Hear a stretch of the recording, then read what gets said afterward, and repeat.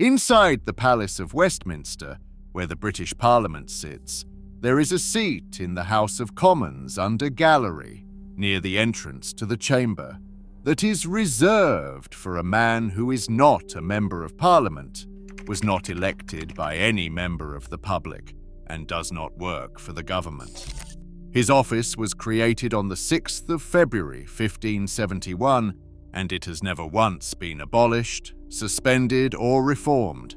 His job, then and now, is to watch every piece of legislation that passes through Parliament and report back to his real employer on anything that might touch its interests. His employer is not a foreign power. It is not the Crown. It is 1 square mile of land in the middle of London.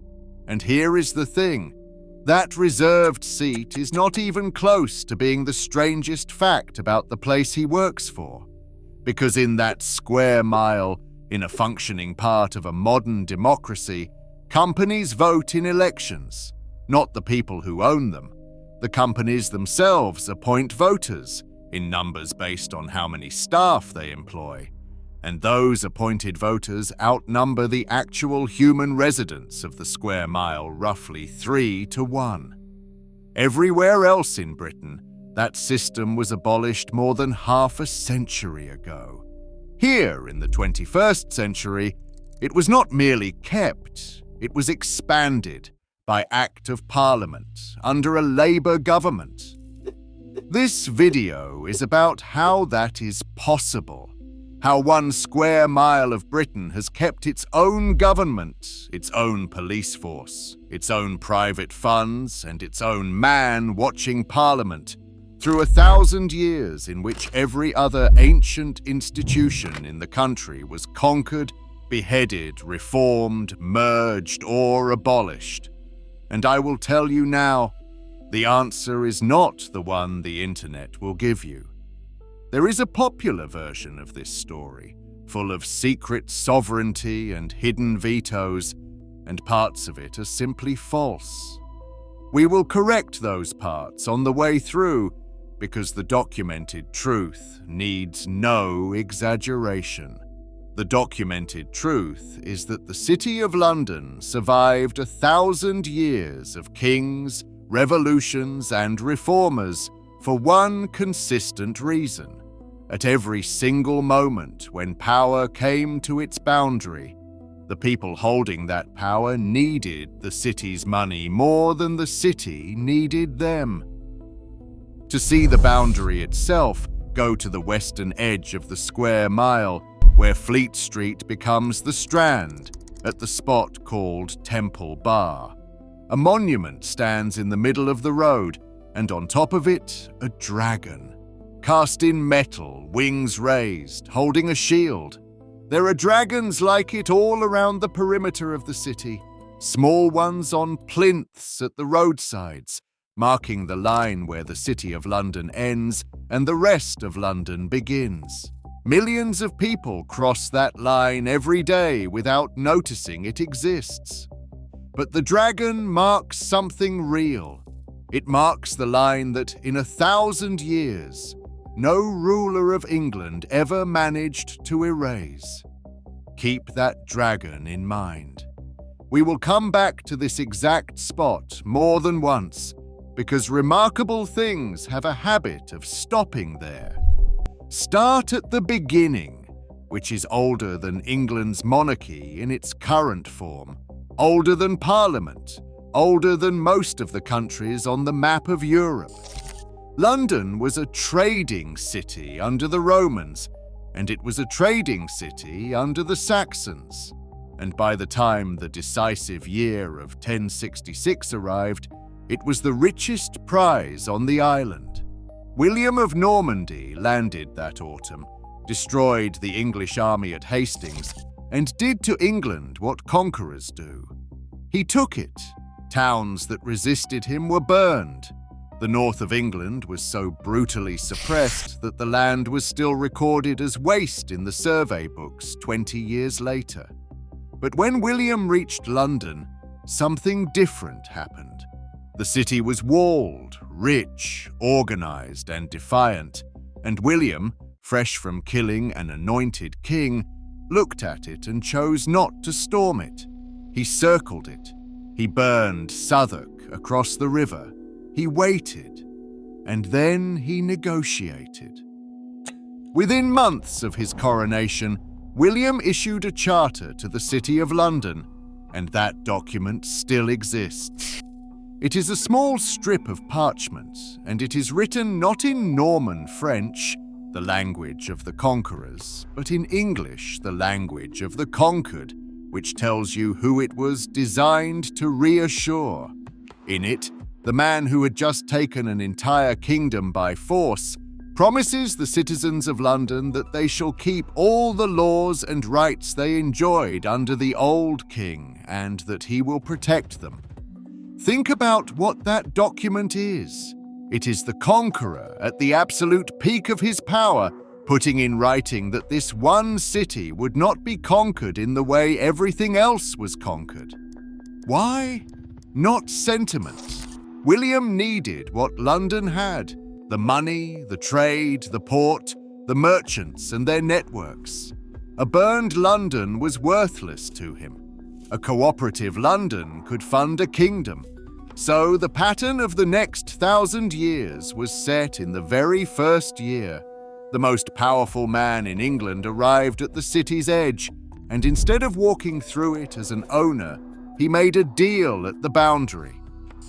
150 years later, the pattern repeated in the most famous legal document in the English-speaking world.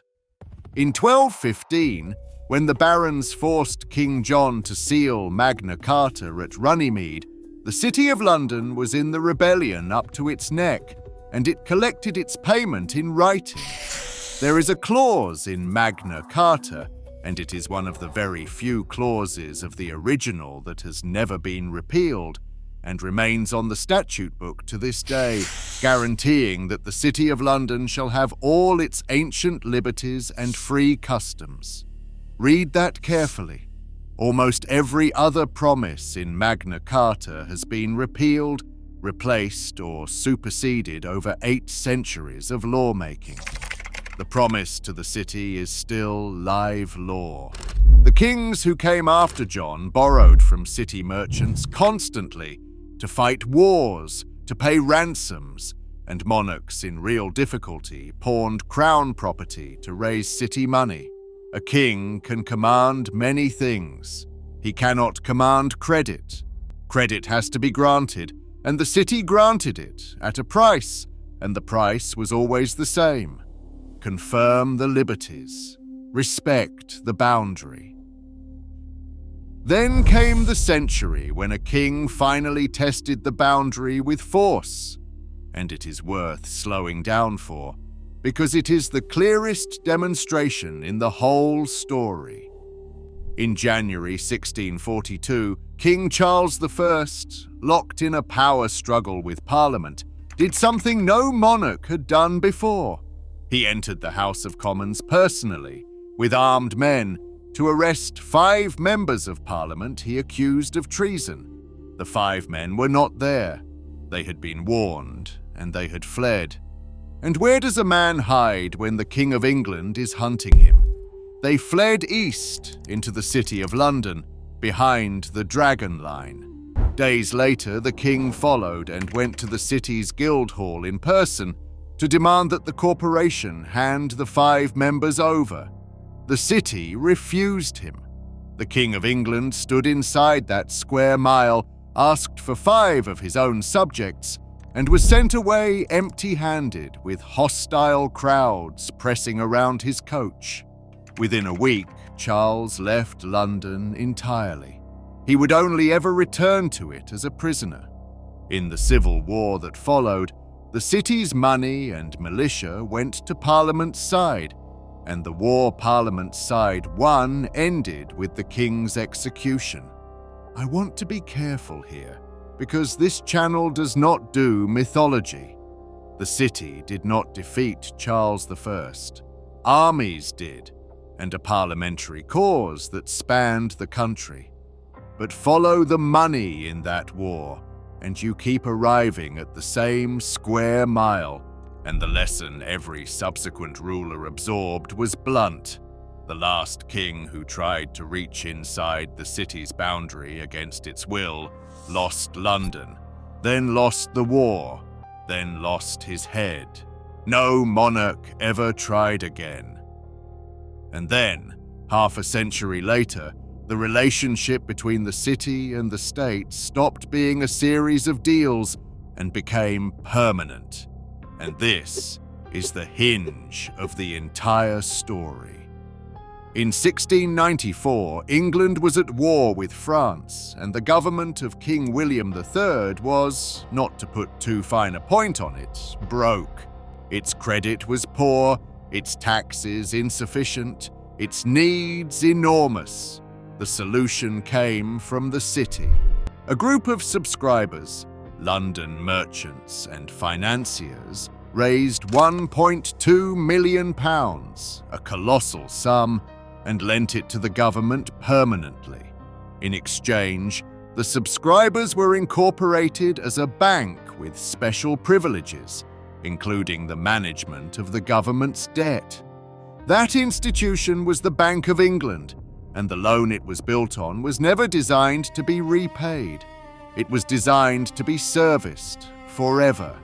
The national debt had been born, and with it something profound. The English state and the City of London were no longer occasional partners. The state was now structurally in debt to the square mile, and would remain so permanently through every government, every war, and every century since, right down to this morning. Understand what that did to the old question of who needs whom. A medieval king needed the city for a loan now and then.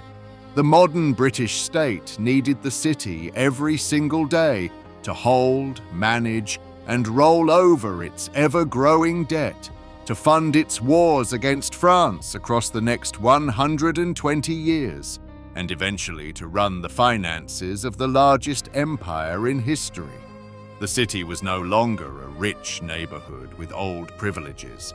It was the machinery the state itself ran on. And you do not reform your own machinery while the engine is running. Which brings us to the century of reform, and the strangest chapter of all, because this is when the city's survival stops being about kings and starts being about something quieter. The 19th century was when Britain systematically demolished its own medieval inheritance. The Great Reform Act of 1832 swept away the rotten boroughs. Then the Municipal Corporations Act of 1835 took on the ancient town corporations themselves, the closed, self-electing, unaccountable bodies that ran England's cities, and reformed 178 of them in a single stroke. Every ancient corporation in England brought under modern rules. Every one except one.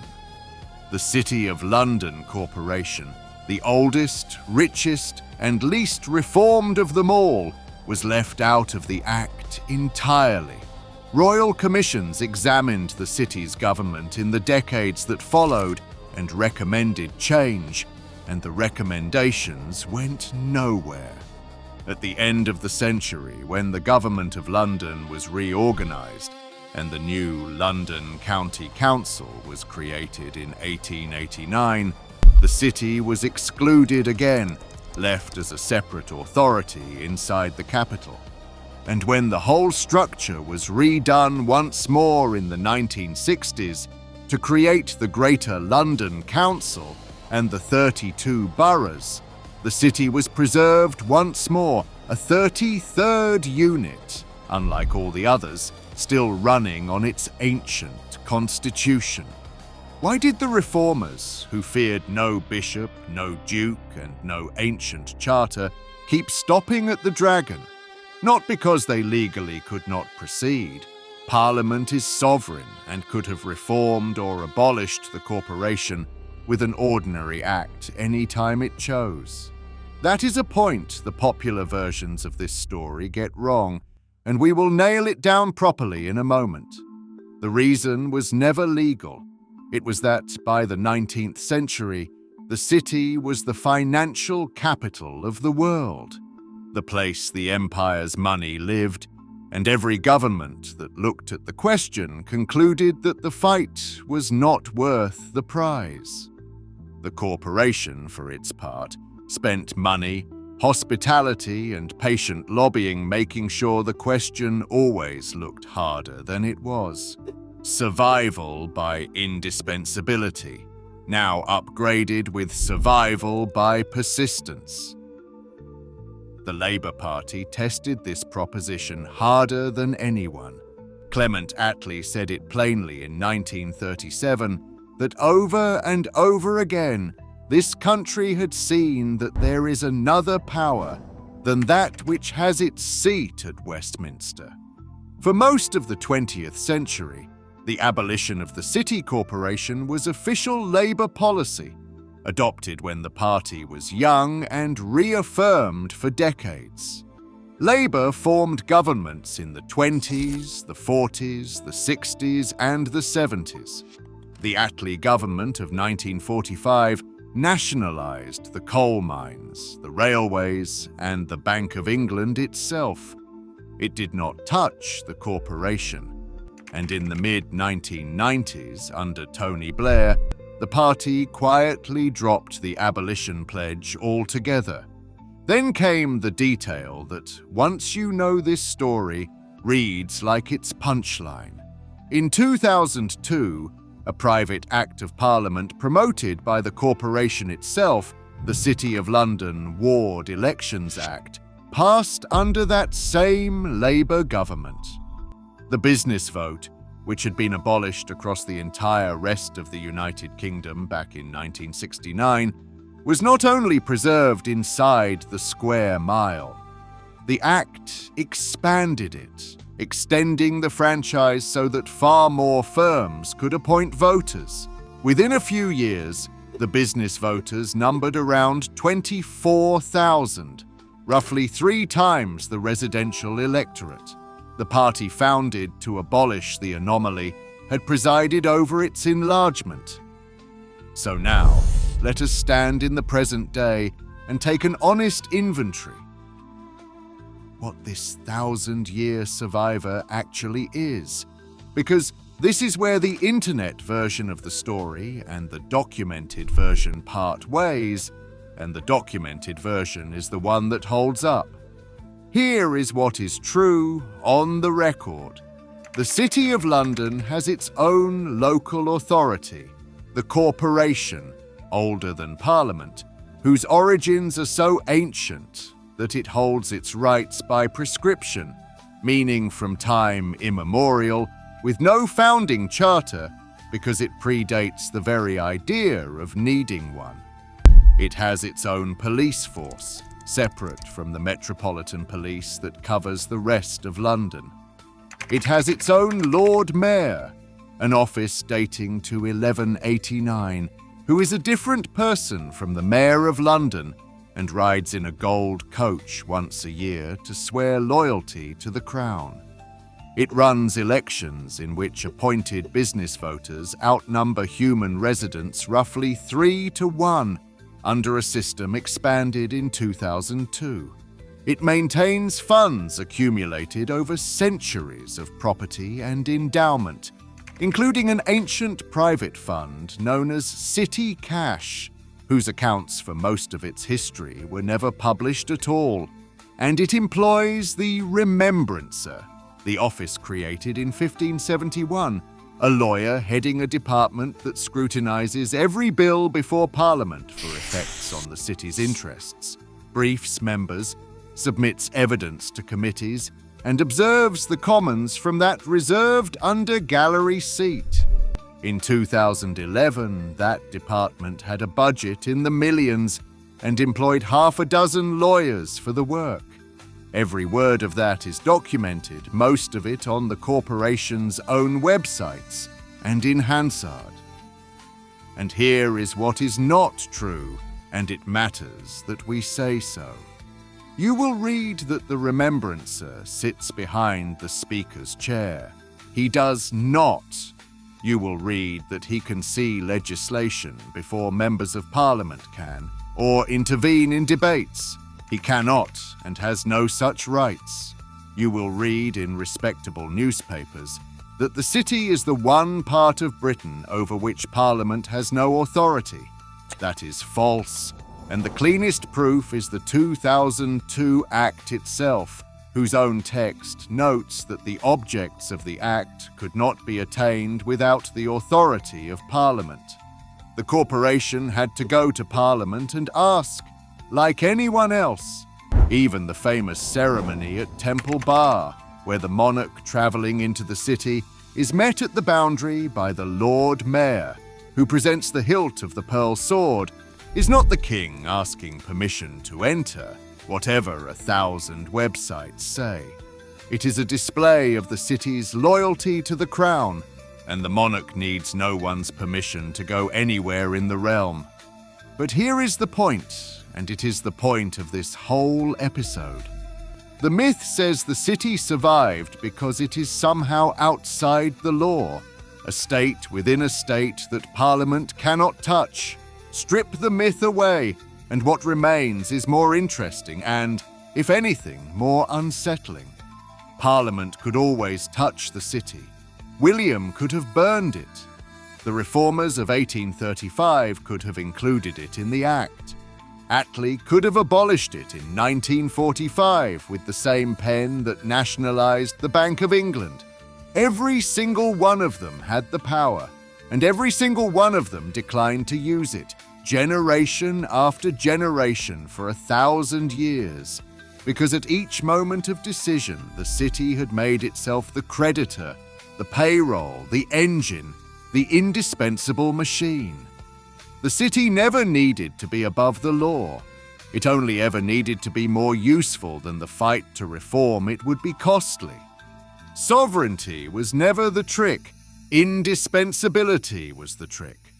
Which is why the previous episode on this channel ends where this one begins. When Britain faced its great post-war choice between the factory floor and the trading floor, between Consett and the square mile, the outcome was not really in doubt, because one of the two contestants had spent 1,000 years perfecting the art of being the thing no British government could afford to lose. The factories were 40 years old as a political priority. The city had been unkillable since before England had a parliament. So go back one last time to Temple Bar and look at the dragon. William the Conqueror stopped near this line and made a deal. King John's promise to what lies behind it is still on the statute book after 800 years. Charles I crossed the line to demand 5 men, was refused, and everything he had began to unravel. The reformers of 1835 stopped at the line. The Labour Party marched at it for 80 years and then turned around. The dragon is not guarding a secret country. It is guarding something rarer, the only institution in Britain that every ruler in the end decided it could not do without. If you live or work inside the square mile, or your family's story crosses that boundary line, tell me in the comments, and tell me honestly whether you knew companies could vote there, because most people I ask do not. And the next chapter is already waiting inside this one. That bank, founded in 1694 on a loan that was never meant to be repaid. The private company that held Britain's money for 2.5 centuries before the state finally bought it.